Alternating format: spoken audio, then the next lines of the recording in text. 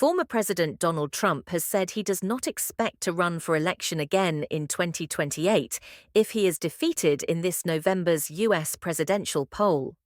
Trump, 78, has been the Republican candidate for 3 national elections in a row and has reshaped the party greatly over the last 8 years. In an interview with Sinclair Media Group, he was asked if he could foresee another run in the event that he loses to Democratic Vice President Kamala Harris.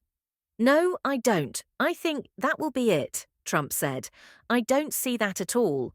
But he added that, "Hopefully, we're going to be very successful." U.S. law bars presidents from serving more than 2 terms, and so Trump is not expected to run in 2028 if he wins either. In the past, the real estate mogul has rarely acknowledged the possibility of losing the election, more often firing up supporters with speeches and social media posts pledging victory at the polls. But this is the second time in 4 days he has mentioned a chance of defeat. During an event held by the Israeli-American Council on Thursday, he brought up losing and suggested that any such loss would partly be the fault of Jewish voters. "Do they know what the hell is happening if I don't win this election?" he said, according to various media reports. And the Jewish people would have to do a lot with that if that happens, because at 40% support, that means 60% of the people are voting for the enemy. The comments were condemned by the Harris campaign and by the nonpartisan American Jewish Committee and Anti-Defamation League. Trump's acknowledgements of a possible loss may reflect how the Democratic Party's prospects have changed since Harris became its nominee following President Joe Biden's decision to quit the race.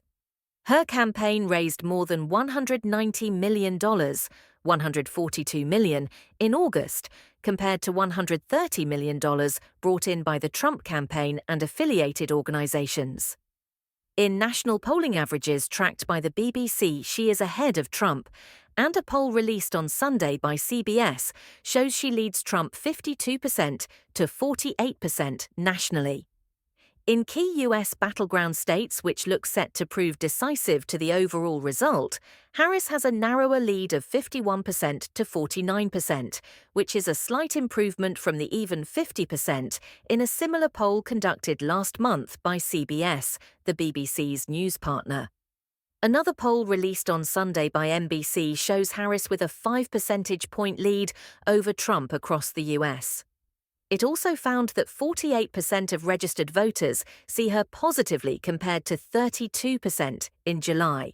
The largest jump since then, President George W. Bush's favorability surged after the 11 September 2001 attacks. But like other surveys, the NBC poll showed Trump held a clear advantage with voters on some of the election's biggest issues, including the economy, the cost of living, and immigration. Subscribe to our channel for more updates.